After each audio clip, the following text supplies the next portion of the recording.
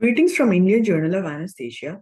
I, Dr. Riniki Sharma, will be presenting an article published in the October 2024 issue of Indian Journal of Anaesthesia. It is titled Evaluating the Precision of Ultrasound versus Computed Tomography-Guided Measurement of Cricoid Cartilage Diameter for Double-lumen Tube Selection in Thoracic Surgery, a randomized comparative study. Lung isolation in thoracic surgeries is crucial and typically achieved using double-lumen tubes. Traditionally, the DLT sizes relies on patient factors like height, gender, and anesthesiologist experience, which can be subjective. Ultrasound and CT scan offer more subjective methods by measuring the transverse diameter of the cricoid cartilage. Ultrasound is preferred over CT for being quick, safe, and convenient, especially in the operating rooms and emergency settings. So this study compares the DLT sizing accuracy using ultrasound, CT, and conventional methods with secondary outcomes including lung collapse and postoperative sore throat evaluation. So the primary objective of the study was to compare the appropriateness of DLT size when measured using ultrasound, CT, or the conventional method. The secondary objectives was to find out the degree of lung collapse based on surgeon's verbal rating score and the degree of sore throat between the three groups. Institutional Ethical Committee approval was taken and trial was registered in Clinical Trial Registry of India. It was a randomized controlled trial that included adults from 18 to 60 years of age with a ASA grade 1 to 3 undergoing elective thoracic surgery under general anesthesia requiring one lung ventilation. Patients requiring post-operative mechanical ventilation, emergency surgery, or with anticipated difficult airway were excluded from the study. Randomization was done using a computer-generated random number table, and allocation concealment was done using a opaque sealed envelopes. There were three groups. In group A, the DLT size was measured using based on the transverse diameter at the level of the cricoid by ultrasound.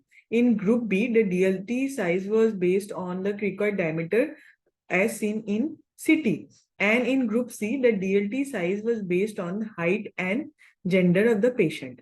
Pre-anesthetic checkup was done and routine investigation was done for all the patients, and a CT scan was done before the surgery in all patients undergoing thoracic surgery.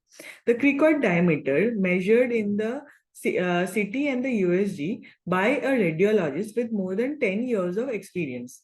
In group A and B, the diameter of the left main bronchus was calculated as 0.45 into the internal diameter of trachea at the cricoid level as measured in ultrasound and CT plus 3.3 millimeter. And in group C, the DLT size, the left main bronchus size was determined by the conventional method from the gender and the height. This was done in the preoperative area, and the operator was blinded to the method used for choosing the size of DLT. So in the OT, all ASA standard monitors were connected and an 18-gauge IV cannula was secured in the non-dependent hand, and IV fluid was started as per protocol. Patients were pre-oxygenated with 100% oxygen and where general anesthesia was induced with fentanyl, propofol, and vecuronium. After that, group-specific left-sided DLTs was inserted by an experienced operator with more than 5 years of experience. The correct position of the double-lumen tube was checked by three methods: by using a fiber optic bronchoscope through the tracheal lumen and observing the inflated bronchial cuff in the left main bronchus, by auscultation method where no breath sound is heard on the side which is blocked, and by seeing the tube passing into the vocal cords successfully in the first attempt. If the DLT placement was inaccurate by any of the above mentioned methods, a second attempt was taken with a smaller size DLT. However, if the air leak was present after inflation of the bronchial cuff in the left main bronchus, a larger size DLT was inserted. After securing the double-lumen tube, arterial line for invasive measurement of BP, and a central venous catheter was inserted. The patient was positioned in the lateral decubitus position according to the site of operation. ABG analysis was done periodically, and after the chest was opened, the lung isolation grading was given at a scale from excellent, where there was total lung collapse with perfect surgical exposure, fair total lung collapse but residual air is present in lungs, and poor as no collapse.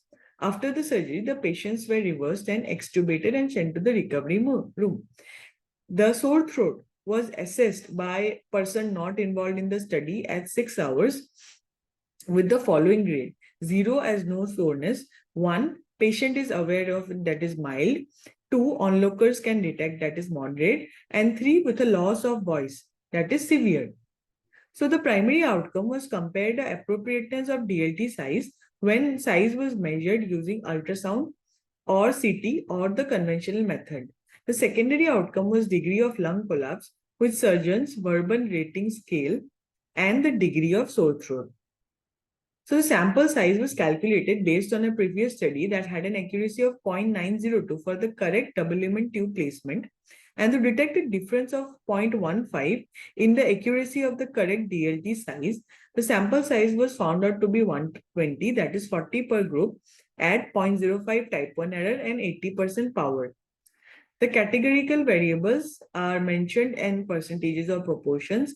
The mean standard deviation or median IQR was used for continuous variables. They were analyzed using the Mann-Whitney U test or the student's test, and categorical variables by using the chi-square test. A p-value of less than 0.05 was considered significant. So this is the conserved flow chart where a total of 173 patients were assessed for eligibility, and after randomization and allocation, a total of 40 patients were analyzed and assessed in each group. This is the baseline table showing the demographic data of the study group, and the baseline parameters are similar in all the 3 groups. So in the primary outcome, that is the accuracy of double-lumen tube placement, we can see that in group B, that is the computed tomography group, 39 patients had appropriate size DLT inserted in the first attempt as compared to 38 in ultrasound-guided group. Whereas in the conventional group, very significant, the difference was very significant as only 30 patients could be inserted appropriate size DLT. Similarly, the same type of results are seen in the secondary outcome, that is the lung collapse and the incidence of sore throat, where the conventional group had a significantly lower rate of lung collapse and higher rate of sore throat.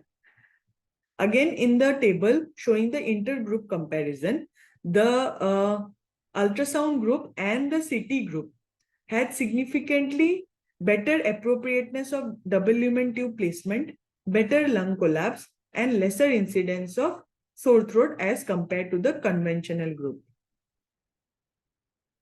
So the study found that the ultrasound-guided double-lumen tube size measurement closely correlates with the CT-guided measurement, suggesting that both methods are reliable for selecting the correct double-lumen tube. The ultrasound offers a significant advantage due to its real-time, non-invasive, and radiation-free nature, making it a practical alternative to CT in clinical settings. This study showed that the conventional method of double-lumen tube selection led to higher incidences of sore throat and inadequate lung collapse, highlighting the limitations of relying on patient demographics alone for double-lumen tube sizing. In this study, the group B and C had higher percentage of complete lung collapse compared to conventional group, indicating the accuracy of imaging-based DLT selection. The limitations of this study were the study focused only on cricoid cartilage diameter, leaving other anatomical factors that may influence double-lumen tube selection for future research. And it was a single-center trial design that limits generalization. So to conclude, both ultrasound and computed tomography guided measurement of cricoid cartilage diameter is a reliable and effective method compared to conventional approach for determining the appropriate size of double lumen tube in thoracic surgery. Thank you.